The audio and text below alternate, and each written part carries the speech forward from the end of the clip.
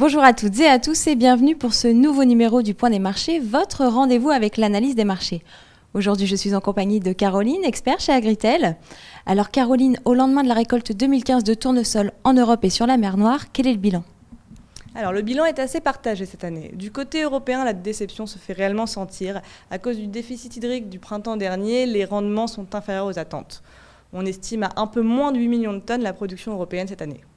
A l'inverse, sur la mer Noire, les rendements sont supérieurs aux attentes et on estime à 11 millions de tonnes la récolte de tournesol sur l'Ukraine et à presque 9 millions de tonnes sur la Russie. Avec un bilan un peu contrasté, quelle est la conséquence sur les prix ? Alors, les prix ont été fortement tirés à la hausse sur les dernières semaines, car en effet, il y a d'un côté cette mauvaise récolte européenne, mais de l'autre, si la récolte est bonne sur l'Ukraine et sur la Russie, elle a été tardive. Donc, il a été assez en retard les premiers chargements de bateaux d'huile de la part de l'Ukraine. Maintenant, ça s'accélère, mais c'est vrai que le manque de disponibilité s'est fait sentir de la part des importateurs, que ce soit la Chine, l'Inde et évidemment l'Europe. Et comment est-ce que vous voyez évoluer cette situation à moyen terme ?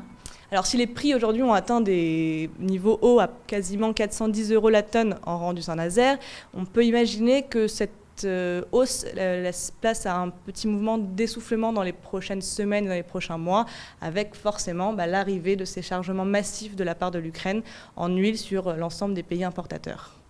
Et qu'en est-il de la prime oléique ? Ah oui, du côté des qualités oléiques, il faut savoir que la prime n'est évidemment pas au même niveau que celle de l'année dernière, à plus de 100 € la tonne, étant donné qu'il y a eu une forte augmentation des surfaces en tournesol oléique. Donc on est revenu sur un niveau beaucoup moins élevé, aux alentours de 35-40 € la tonne, et cette prime devrait se stabiliser sur la fin de la campagne. Et quel est le conseil d'Agritel ? Agritel conseille aujourd'hui de profiter des prix actuels pour avancer sérieusement dans la commercialisation et pourquoi pas se resensibiliser à la hausse avec des options sur le marché du colza. Merci Caroline, ce numéro est maintenant terminé. Merci à tous de nous avoir suivis. Rendez-vous dans 2 semaines pour votre prochaine édition du Point des marchés. Retrouvez les analyses d'Agritel sur le service expert Grande Culture de Plainchant.com.